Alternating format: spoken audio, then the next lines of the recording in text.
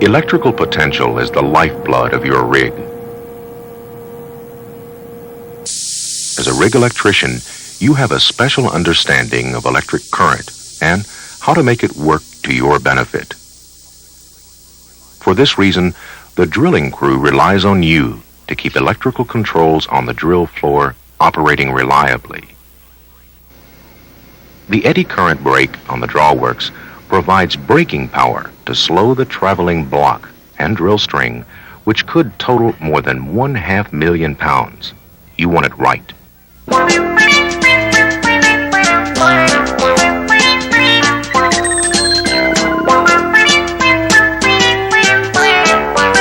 Throughout this program, we'll discuss a Model 49,000 brake control unit.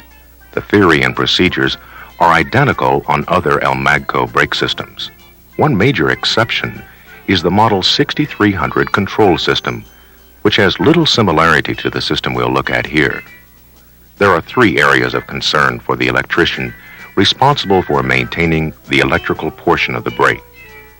This program will familiarize you with the theory of operation, routine maintenance, and troubleshooting. The complete control system consists of four major subsystems: power transformers, the power selector switch, a driller's control unit, and the SCR assembly. Braking action occurs when a DC voltage is applied to the coils of the brake, creating a magnetic field which opposes rotation of the brake rotor. Raising the voltage supplied to the coils increases the magnetic field, increasing the braking action. The function of the control system is to supply the variable DC voltage to the brake coils. Here's how it's done.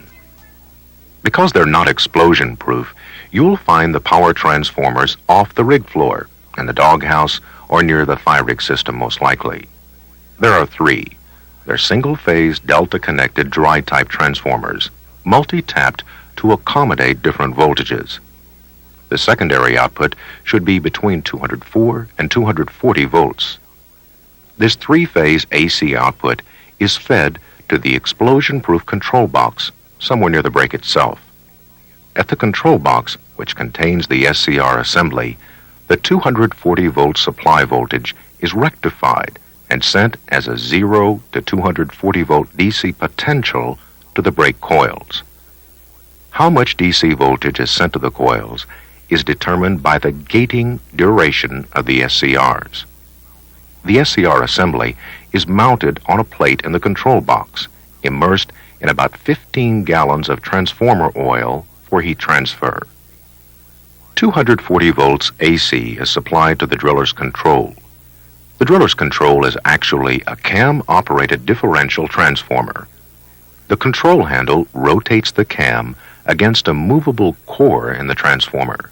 Depending on the position of the handle and core, a secondary output of about 3 to 12 volts AC is obtained. The unloaded output would be 3 to 18 volts. This throttle signal goes back to the control box to the firing module. Here, it develops a DC control voltage for the firing circuit, which produces the pulses that gate the SCRs.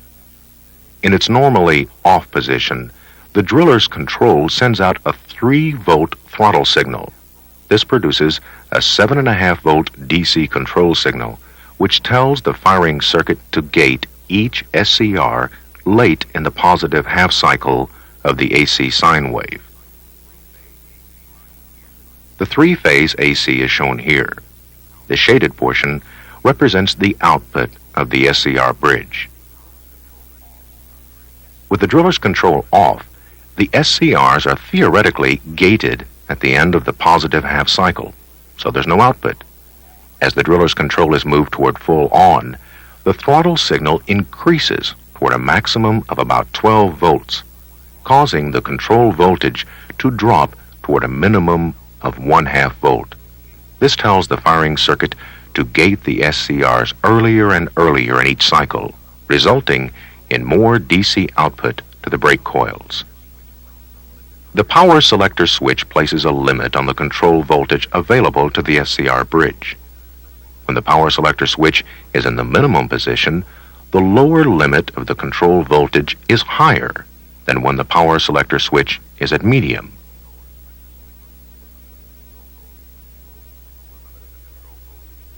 The lower limit of the control voltage is lowest when the selector switch is at maximum. This allows the driller to set the switch at minimum for least effective braking, medium, or maximum for most effective braking. Here's the ideal setup. Rig power, 480 volts AC, is supplied to the 3 power transformers. The transformer secondaries supply 240 volts AC to the brake control box, where the potential exists across an SCR bridge. Single-phase AC is supplied to the driller's control primary windings. The power selector is at maximum. The control is in the off position, so minimum voltage, 3 volts, is supplied to the firing module.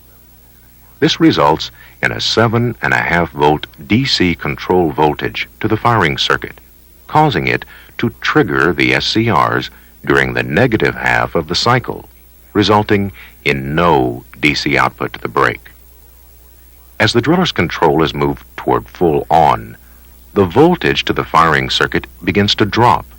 This causes the firing circuit to trigger the SCRs progressively earlier during the positive half of each cycle.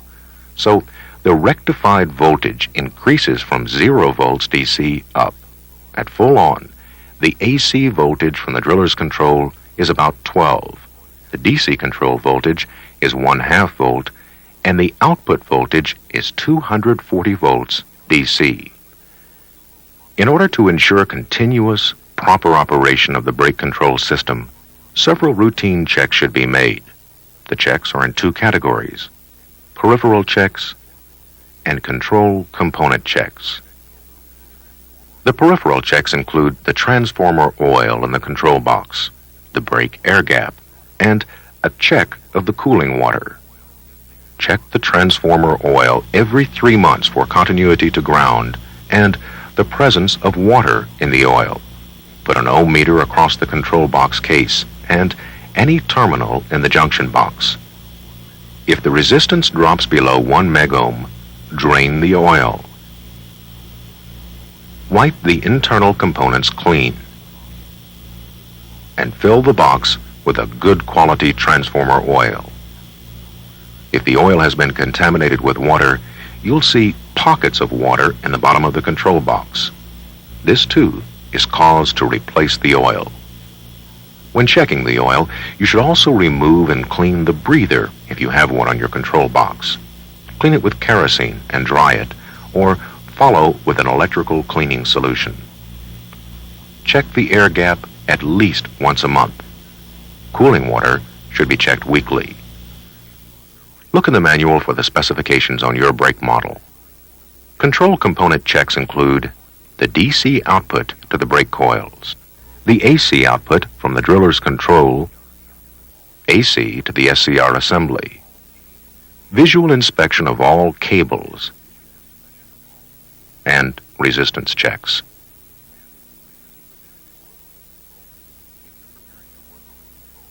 If you're preparing to work on the control system, you'll need these tools and instruments: an oscilloscope,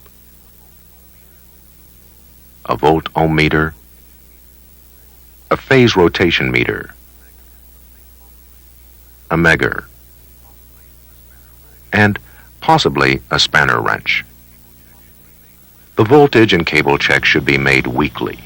Check the resistance values every 6 months.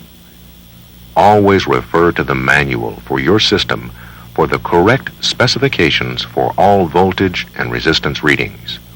Most of these checks can be made at the junction box on the side of the control box. To check DC output, put the voltmeter across the large negative and positive terminals. With the driller's control full on and the power selector switch set to minimum, you should read between 75 and 90 volts DC. With the power selector at medium, you should have 140 to 160 volts DC, and at maximum, 210 to 240 volts. If you're troubleshooting, and your output voltage is okay, your problem must be in the cables to the brake, or in the brake or brake coils. If the DC output doesn't check out, the problem is somewhere in the control system. To check AC output from the driller's control, use terminals D1 and D2. The voltage should range from about 3 volts with the driller's control full off to about 12 volts full on. If this isn't the case, there's a problem in the AC supply to the control itself, or the control's interconnecting cables. The AC input to the SCR assembly appears at terminals L1, L2, and L3. Phase to phase, your reading should be 240 volts for a typical installation using a 240 volt secondary output from the power transformers. While you're making your weekly voltage check, inspect all the interconnect cables. Look for snags, cut wires, any signs of damage. You should occasionally pull the cover off the power selector and spray the switch with a lubricant, like WD-40, LPS-1, or LPS-2. This will prevent corrosion and make the switch last longer. Twice a year, you should make these routine resistance checks: the brake coils, the SCRs, power select switch, and the driller's control. When making resistance checks, don't forget to shut off power to the system. Look in the manual for your brake model specs on resistance of each coil. 12 ohms at 104 degrees Fahrenheit is the spec on this 7838 brake. You can gain access to the coil terminals by removing the cover plate on the junction box of the brake itself. This brake has 4 coils connected in parallel. In the junction box on the brake, the cables marked F1 and F2 supply 1 coil. F4 and F3 another. F5 and F6 another. And F8 and F7 supply the 4th coil. To measure the resistance across each coil, you'll have to disconnect the lead from one side of each coil. Here we'll use F1, 4, 5, and 8 as common, while we disconnect F2, 3, 6, and 7 to take our individual measurements. Some brake models have coils connected in series parallel. Be sure you test each individual coil to get accurate readings.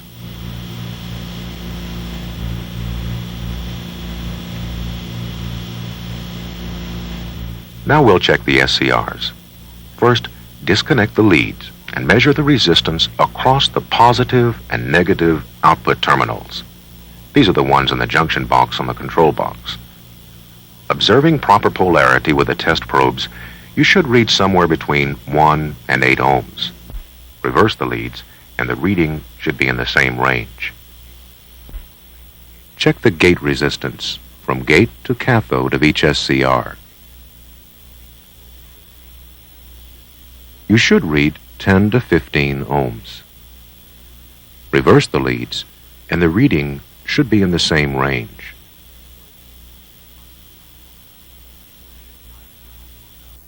With the entire system hooked up, the resistance to ground from any SCR terminal should be a minimum of 700,000 ohms.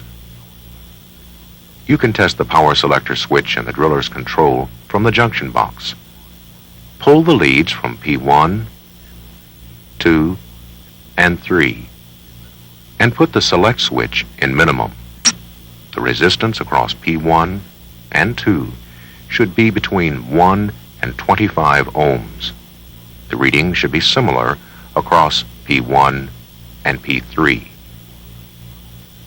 To check the driller's control resistance, pull the primary leads from terminals L1 and L2.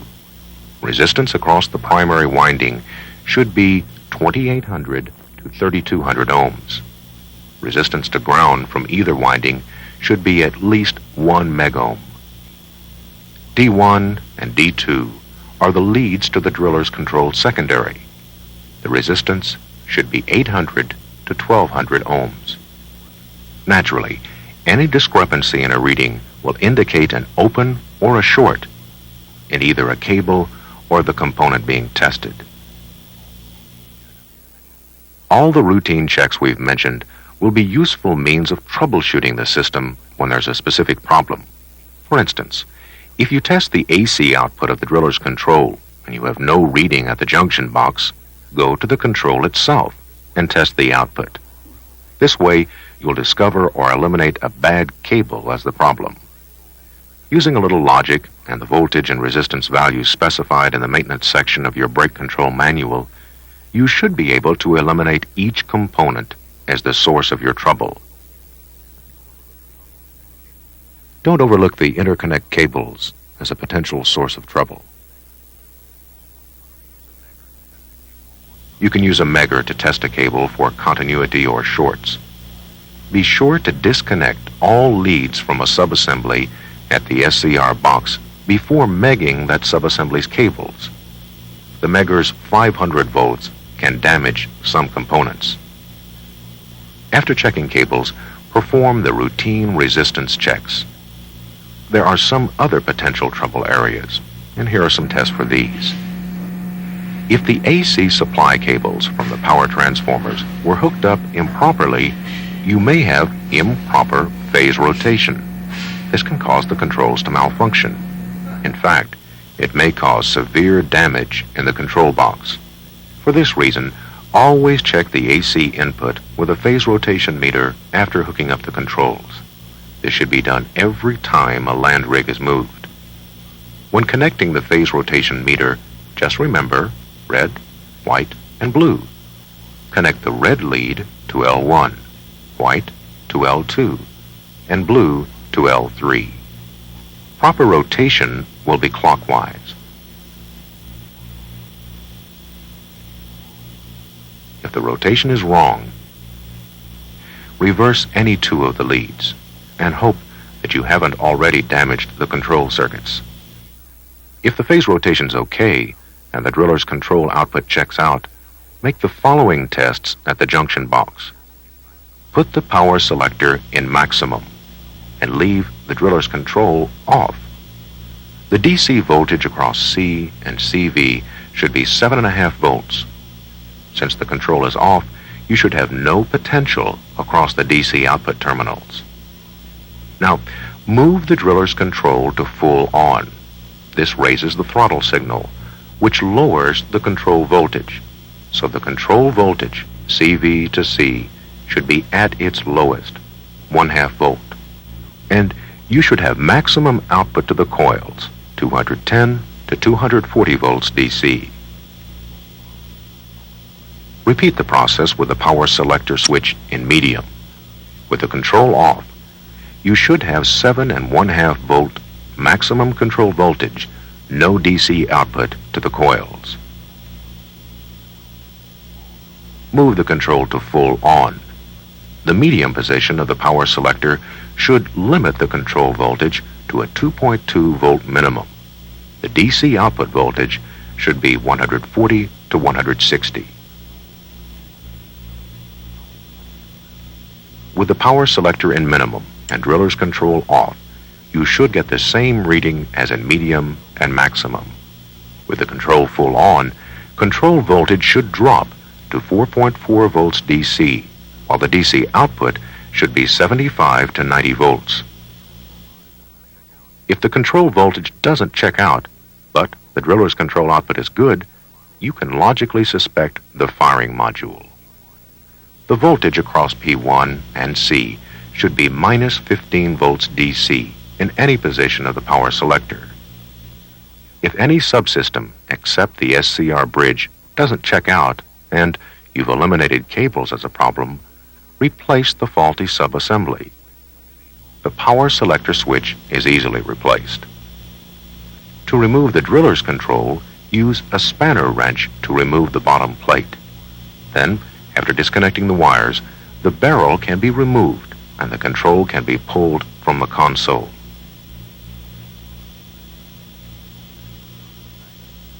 If an SCR is bad, replace that individual SCR.